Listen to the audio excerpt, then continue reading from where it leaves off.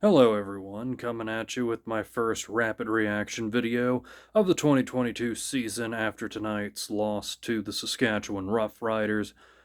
I was unable to watch last week's game because I was out of town for a funeral, and you might say unfortunately, but considering that performance, maybe it was fortunately that I missed that. Anyways, we had nowhere to go but up this week, and up this week, we did go. There were certainly some things that I liked to see. The defense was miles ahead of where they were in week one when we allowed 59 points to the BC Lions. This week we kept Cody Fajardo largely under wraps. Only 2 touchdowns were scored by the Roughriders tonight, and one of them, yeah, it was a lapse in coverage on that go-ahead score late in the fourth quarter.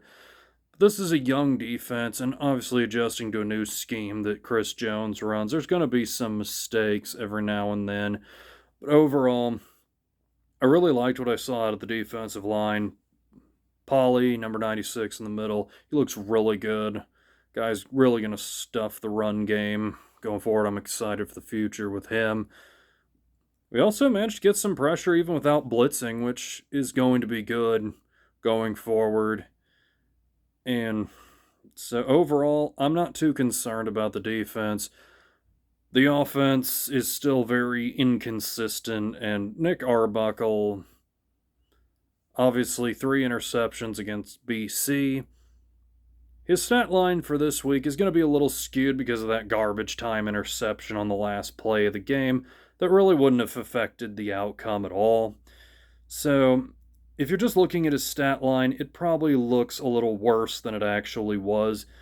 He was hitting Lawler on some plays, and that's exactly why we brought Lawler onto this team for a veteran presence that'll help stretch the defense with those intermediate routes. And he can go deep part of the time, though he's not necessarily a big-time burner.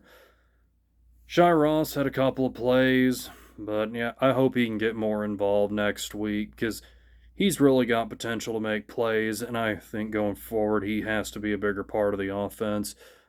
Really, the run game was where we were missing it this week.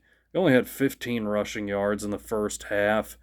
Of course, the whole offense looked bad in the first half, I'm not going to lie about that. But it seems like a lot of our run game at this point in time is the bubble screens and those quick slant routes. We just don't have consistency on the offensive line right now in the run schemes. So even though Wilder's one of the best running backs in the CFL, he's just not getting those running lanes very consistently.